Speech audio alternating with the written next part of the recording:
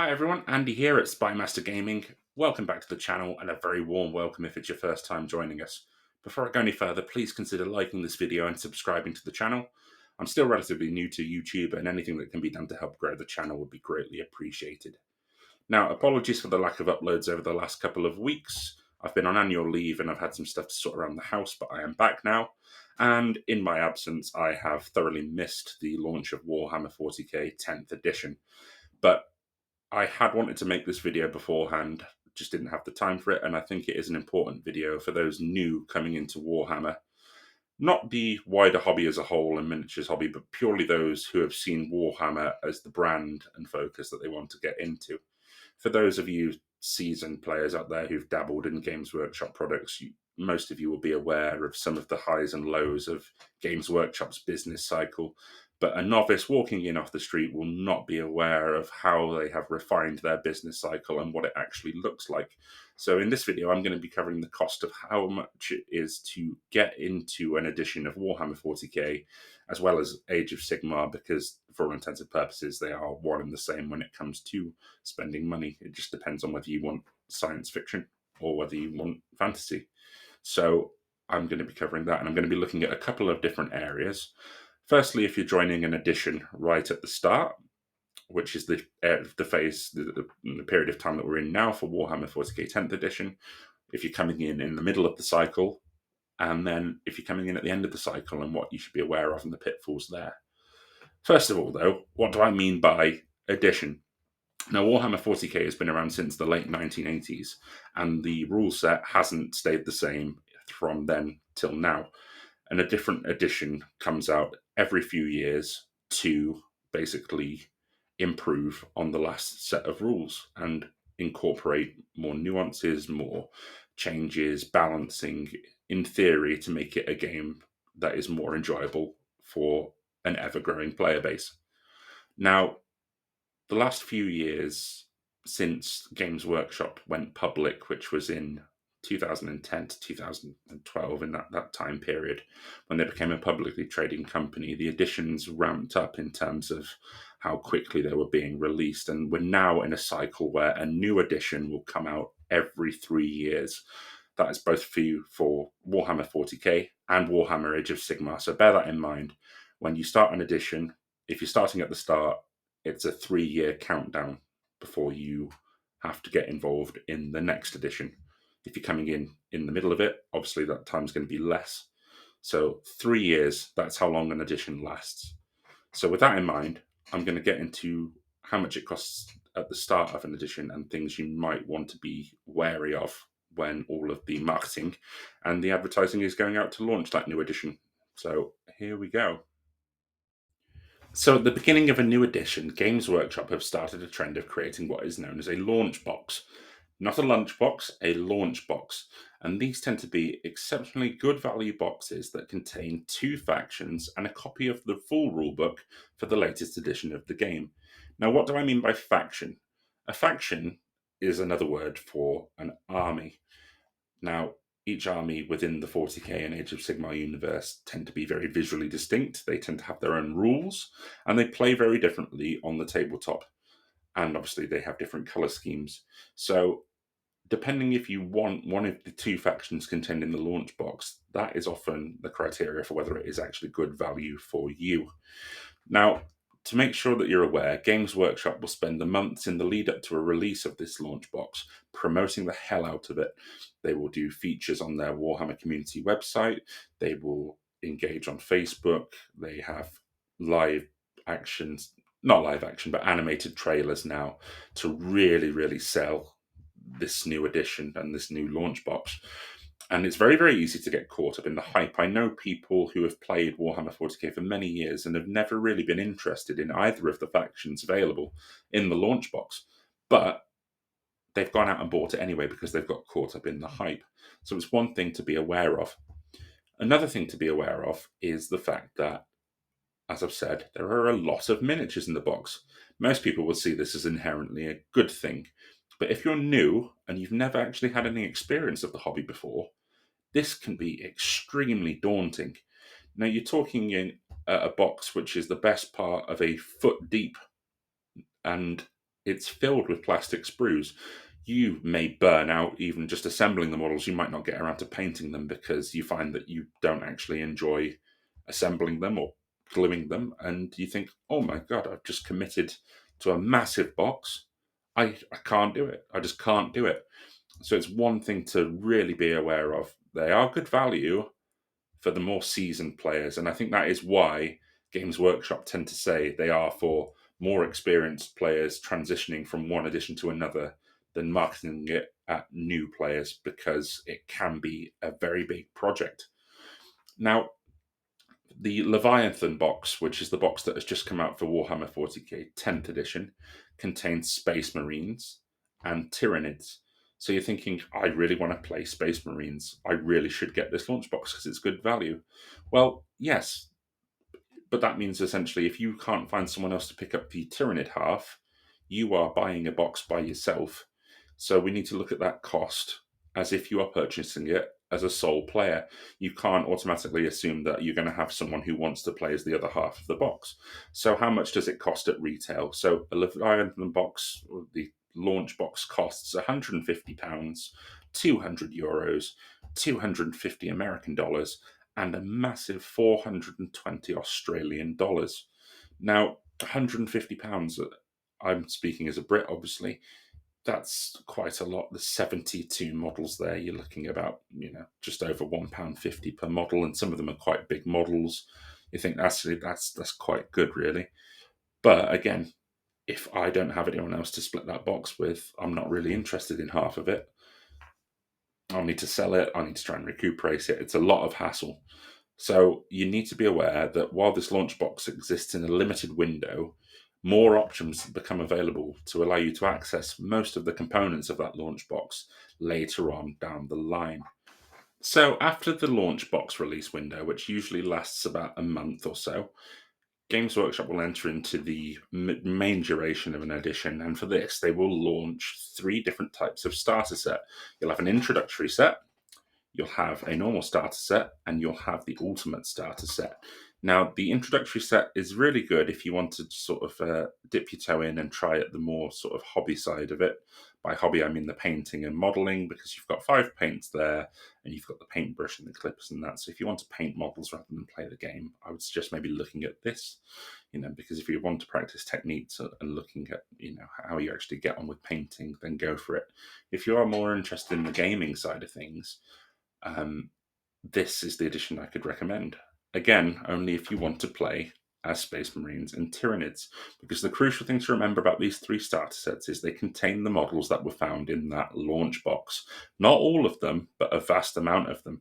So if you haven't rushed out to buy the launch box, say you've not missed out really, because most of the stuff is available in these boxes here. I can't really recommend the Ultimate Starter set because you're paying a lot of money for what is essentially a couple of pieces of terrain. And at this stage, terrain isn't that important. You can make terrain out of anything when you learn to play the game, so it doesn't really matter. And it's the same models that you get in the normal starter set as what is in the Ultimate Starter set. So for £65, let's have a look in and see what we actually get.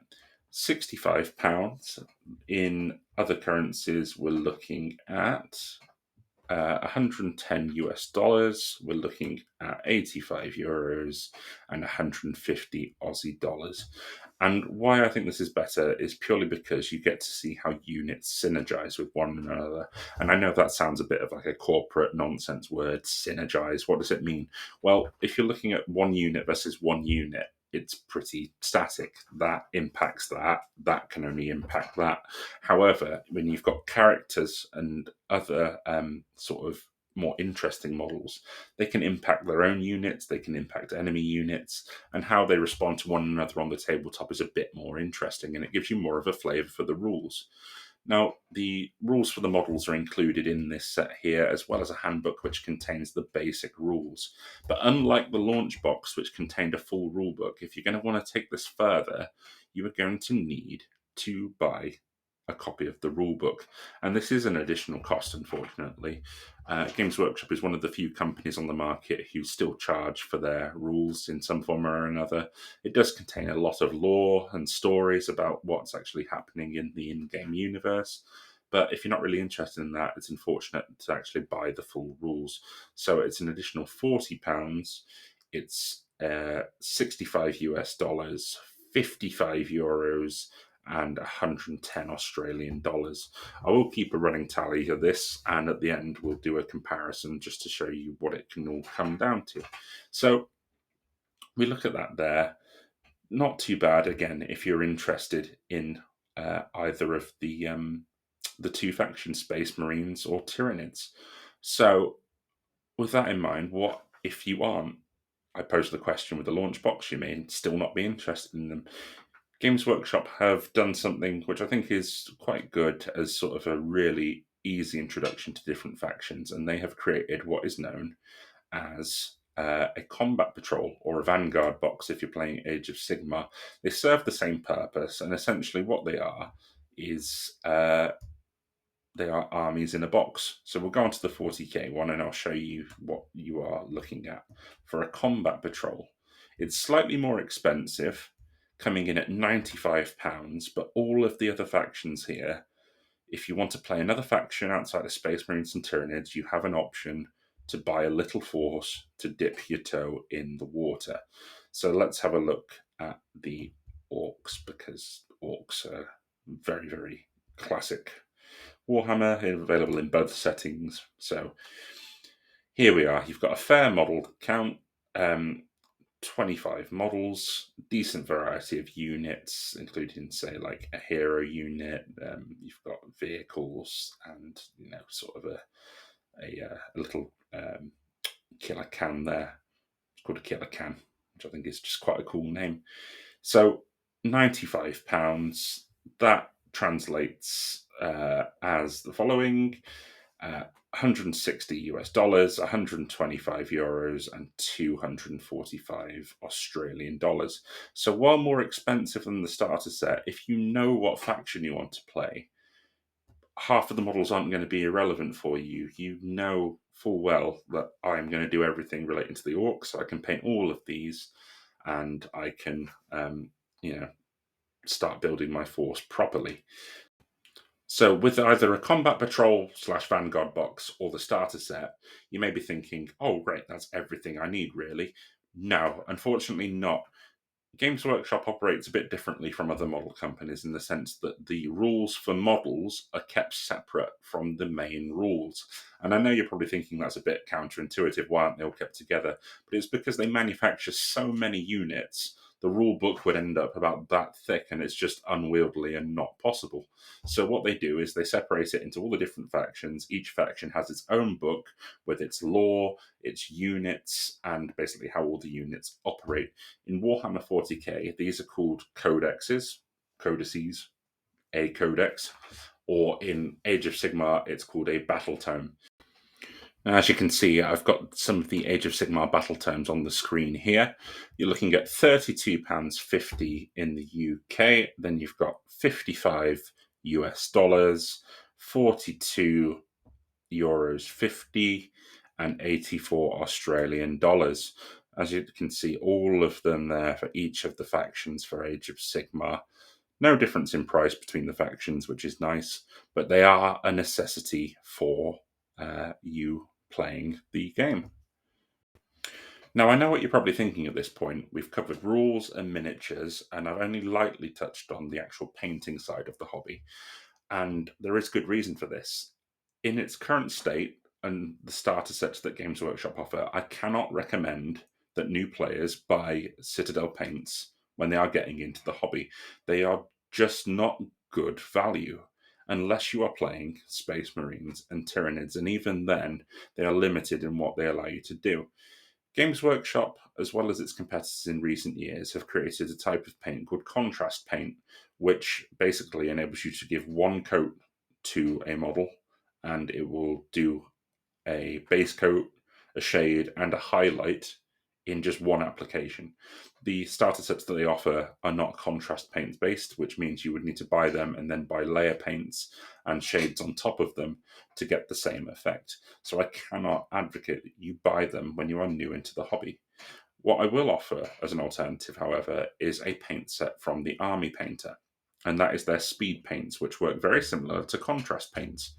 But you can buy them as a starter set, and they come with a brush, which is basically really, really good. If you're new to it, it comes with the basic color palette and a metallic, so that you can basically cover most colors that you would need to begin with. Really, really good value for money. I'm just going to bring them up on screen now so you can have a look. So here we have it at €39.99, approximately £35. It's also the same price in American dollars, and it's about 65 Australian dollars.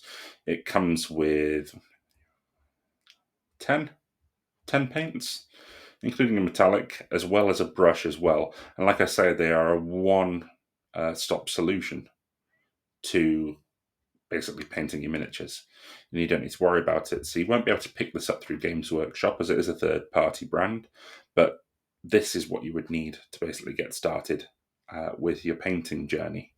In addition to that as well, you're going to need some tools and some glue. Likewise, with the Games Workshop offerings here, they are very expensive what they are, and there are third-party options. So you can get a plastic frame cutter there for about 11, 12 euros, and the glue as well. You'll need plastic glue, which is another €5. So probably looking at another basically €50, or about 90 Australian dollars, 50 American dollars, £50. So with that in mind, that is all that you need really to get started. So let's do a bit of a comparison between the different points of starting the hobby at the launch, and if you're going with the starter set or combat patrol, and what it would cost.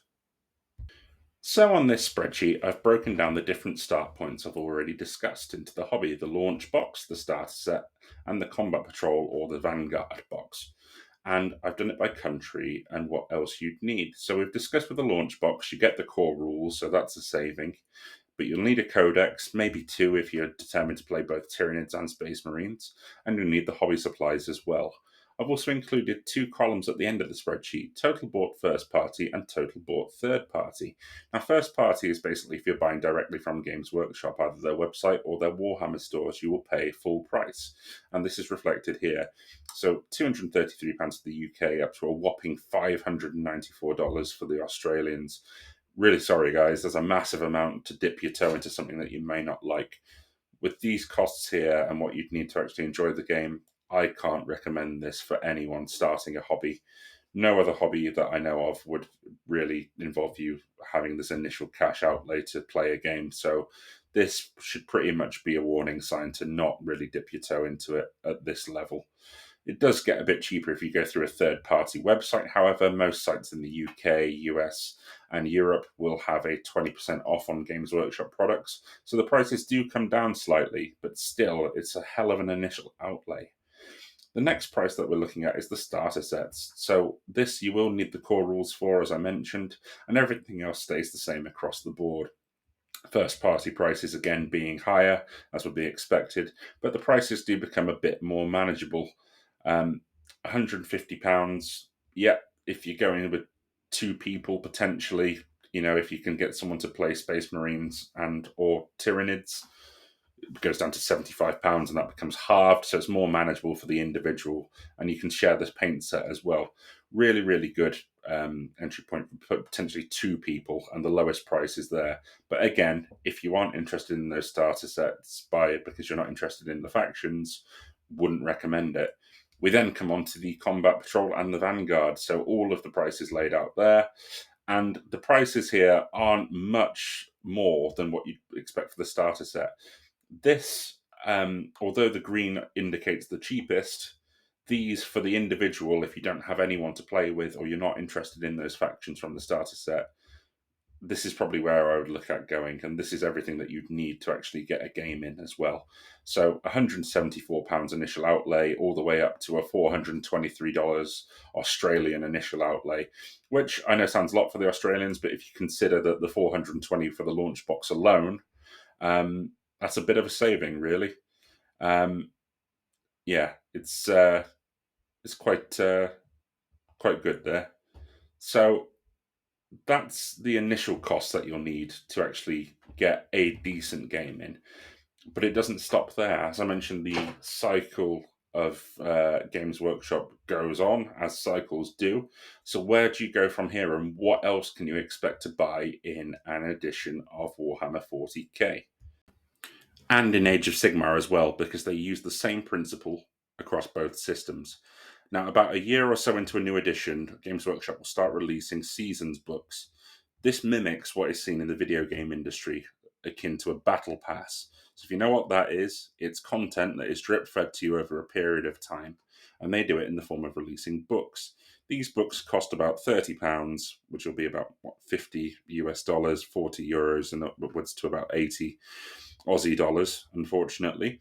And there'll probably be about 6 of them over the course of an edition because they come out every 4 to 6 months. So, yeah, a fair few books there. They are optional. They come with some narrative, they come with some rules, and they'll only really sort of be necessary if you're taking part in the tournament scene. And as an aside, I should probably mention the tournament scene. Games Workshop does design Warhammer 40k around the competitive players. In my opinion, wrongly so. You don't need to be a competitive player to enjoy a game, and certainly shouldn't be marketed at solely the competitive environment. But don't worry, you don't have to be a competitive player. You can play it for just enjoyment, and you're not pressured to buy any of these optional rules either. However, if you want to, just be aware that they do come out every 4 to 6 months, and if you do want to keep up with it, just be wary of that expenditure. In addition to those books, you're going to be looking at narrative books that come in at the end of a cycle. We're seeing it now in Age of Sigmar with a series called Harbingers, and basically it's mainly lore and narrative, and they will introduce rules for a couple of models. As an objective opinion, I cannot recommend that you buy these books, purely because the rules that are in them will be outdated within a matter of months when a later edition launches. So while the narrative may be interesting, you really have to ask yourself, is it worth that expenditure when the rules, you're not going to actually be able to use them for very long on the tabletop? One thing to consider, my personal opinion, I don't think it's worth it. Let me know what you think if you've bought into these books before. Do you think they're worth it, or do you feel shortchanged because you don't get to use them for very long? If you're an existing player, obviously let me know. If you're new, you wouldn't have bought them yet, so you can't answer that, which is fair enough. The other thing to be aware of, and I've mentioned it in terms of what the availability of a launch box looks like after it gets taken off the market. We've mentioned the starter sets, but there is the subscription model as well, and this is a really cost-effective way to actually get involved in Warhammer 40k or Warhammer Age of Sigmar. Over the past 6 or so years, Games Workshop has been partnering with uh, a company called Hatchet Partworks. They're a magazine provider. And what they do is essentially take those launch boxes and break them down into a magazine subscription. You pay about £9 an issue in the UK. I don't have the prices to hand for abroad, unfortunately, but they are made available worldwide. And you can build up your forces of either Space Marines or Tyranids, which will what the Leviathan one will be, or the historic launch boxes, again, the forces that are available in there. And you can build it up over time. With a subscription model, you get paints, you get brushes, you get pieces of terrain as well. And it's a really cost-effective way to build up 2 forces. So if you find someone to go splits with who's interested in actually playing one of the forces, it's half price. You're looking essentially like £5 an issue there, aren't you? Because you've got someone to split it with. I would advocate these. The only downside to them is that they come out later on in an edition cycle. So, for example, 10th edition has launched. The basically the magazine subscription for 9th edition has literally only just started to wrap up now.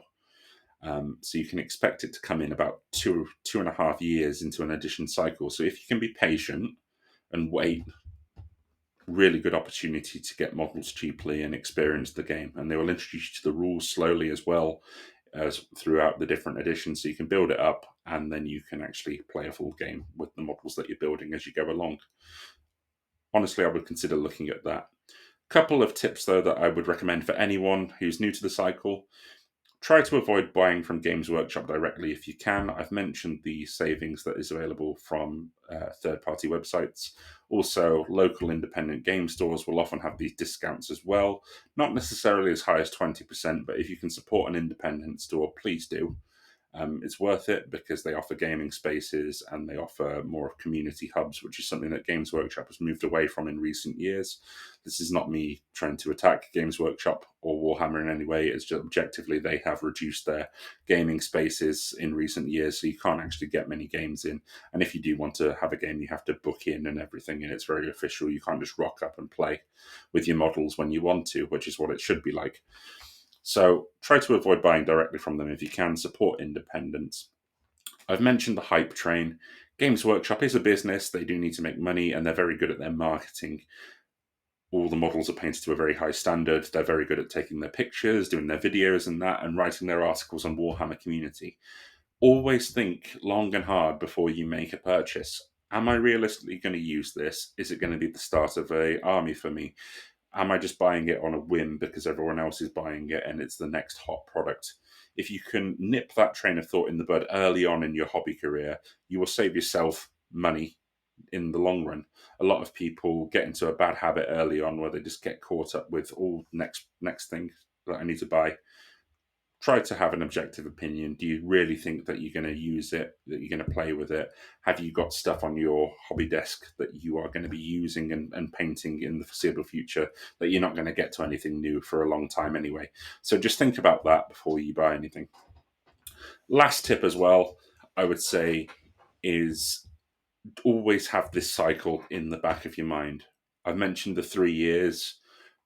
If you are okay with that, by all means, go ahead, get involved in Warhammer. Just always have it in your mind that you will be spending the same amount of money for your at least your battle tome and the core rulebook.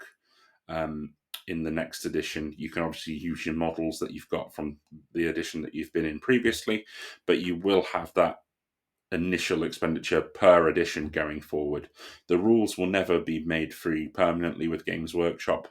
They will have basic rules available, but the full rules you will always have to pay for. Likewise with the codexes and the battle tomes as well.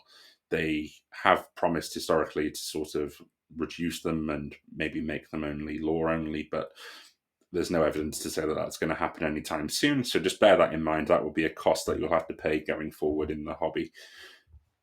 If that does scare you, there are obviously other systems available. I've covered some on my channel. Check them out if you want to. And always do your research. Warhammer and Games Workshop have a privileged position purely because they are the only game store that have high street presence. They are the only games manufacturer that have their own independent stores. Because of this, they are the most visible, and obviously that makes people want to try it because they can walk in, physically interact with the models, pick it up, and go from there. But just bear in mind, there are other systems out there. If you want to try Warhammer, go ahead. I've given you the breakdown of the costs of what it's going to look like getting into it, and I wish you all the best. Let me know how you get on if you are starting Warhammer 40k 10th edition. Let me know if you think this video has been helpful, and I'll see you on the next one. Thanks.